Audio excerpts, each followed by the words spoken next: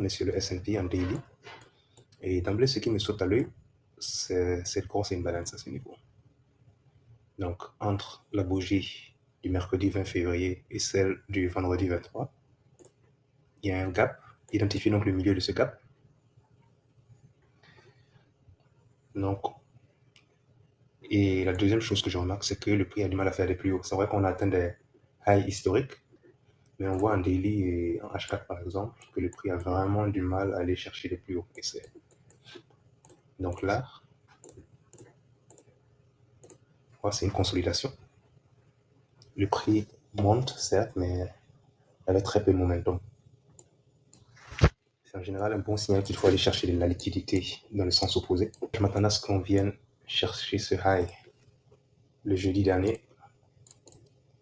Ça n'a pas été le cas. Impulsion baissière. Et on voit que cette impulsion a laissé un gap. Le prix est donc revenu dans l'imbalance. Deuxième impulsion. Je ne serais pas surpris que le prix cherche à revenir à l'intérieur de ce gap qu'on avait identifié en daily, potentiellement vers le milieu du gap, d'autant plus qu'on remarque qu'il y a des écolos juste au-dessus.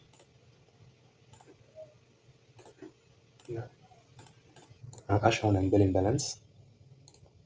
Donc, là, et ce serait intéressant de voir le prix revenir à l'intérieur pour aller chercher le plus bas. Le Nasdaq, en daily, on a également une belle imbalance qu'on va identifier. Là. Donc, on voit que le prix est revenu au milieu du gap. Donc, ce sera intéressant de voir quelle sera la réaction. Est-ce qu'on poursuivra vers le bas ou est-ce qu'on va consolider ou faire un retracement?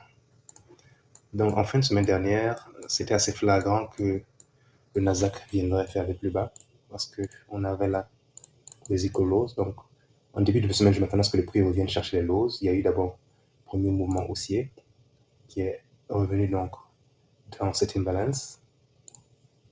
C'est assez évident comme objectif pour la fin de semaine. Donc, on sait que quand on est baissier, le plus haut de la journée a tendance à se faire lors de la session de Londres. Et là, donc, on a eu une prise de liquidité lors de la session de Londres et puis ensuite, le prix a chuté. Intéressant de patienter, voir ce qui va se passer lors des 2 premiers jours de la semaine. D'autant plus qu'on ne s'attend pas à ce qu'il y ait beaucoup de mouvements le lundi et le mardi. Donc, sur le Dow Jones, on va identifier ce high. Et est-ce qu'il n'y a pas une liquidité vendeuse que le prix cherche à venir récupérer? On voit qu'en dessous de ces deux lows, il y a beaucoup de liquidité. Donc, ce sont des equal lows relatifs. Et habituellement, si on est bullish, le prix aura tendance à venir chercher ces niveaux-là. On a une balance entre ces deux bougies-là que je vais identifier en orange. Donc, si le prix devait continuer à faire des plus hauts, il aurait rebondi au niveau de cette imbalance. Là, il l'a cassé, il est en dessous. Donc, est-ce qu'on pourrait avoir un pullback à l'intérieur de cette imbalance qui pourrait servir potentiellement de résistance pour aller chercher les plus bas? On voit effectivement que là, on a des equal lows intéressants. Moi, ce qui m'intéresserait le plus, ce serait qu'on vienne chercher ce lot. Lorsqu'on analyse le crude oil, alors en weekly, ce qui est intéressant, c'est que on a une imbalance entre ces deux bougies. En weekly, on va l'identifier. Alors on va l'identifier en peut-être un peu plus en rouge, voilà. Et on voit que le prix, la semaine dernière, a clôturé au-dessus de cette imbalance. Donc, il y a eu 2 premières réactions à l'intérieur. Et cette fois-ci, le prix a franchi. Donc, comme le prix est au-dessus de cette imbalance, alors je m'intéresserai à ce que le prix atteigne potentiellement, pourquoi pas cette imbalance entre ces deux bougies. Il n'y a pas d'imbalance à ce niveau. Donc là, je vais l'identifier. Lorsqu'on passe en daily, on voit la belle réaction qu'on a eue à l'intérieur du gap en weekly. Donc à ce niveau, on a eu plusieurs réactions, puis une cassure. Ce serait intéressant de voir si le prix pourrait revenir s'appuyer à l'intérieur avant d'aller chercher les plus hauts. D'autant plus qu'on voit que entre ces deux bougies, il y a un gap.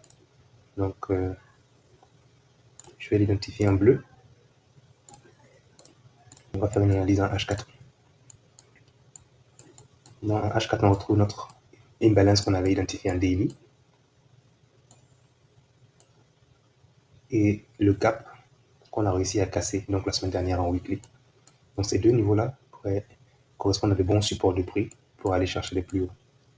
Lorsqu'on descend en H1, ce qui est intéressant, c'est qu'on se rend compte que lorsque le prix a fait ce retracement, on n'a plus d'impulsion significative. Donc le prix est assez lent. Et on voit qu'en dessous, on a des equal lows relatifs. Donc les lows en bas sont relativement égaux. Et ça peut donc être une belle liquidité à venir chercher avant d'aller faire des plus hauts. Est-ce qu'on viendra d'abord chercher ces lows pour aller faire des plus hauts? Ou est-ce qu'on viendra d'abord faire une fausse cassure plus haut avant de revenir agressivement en bas et repartir à la hausse?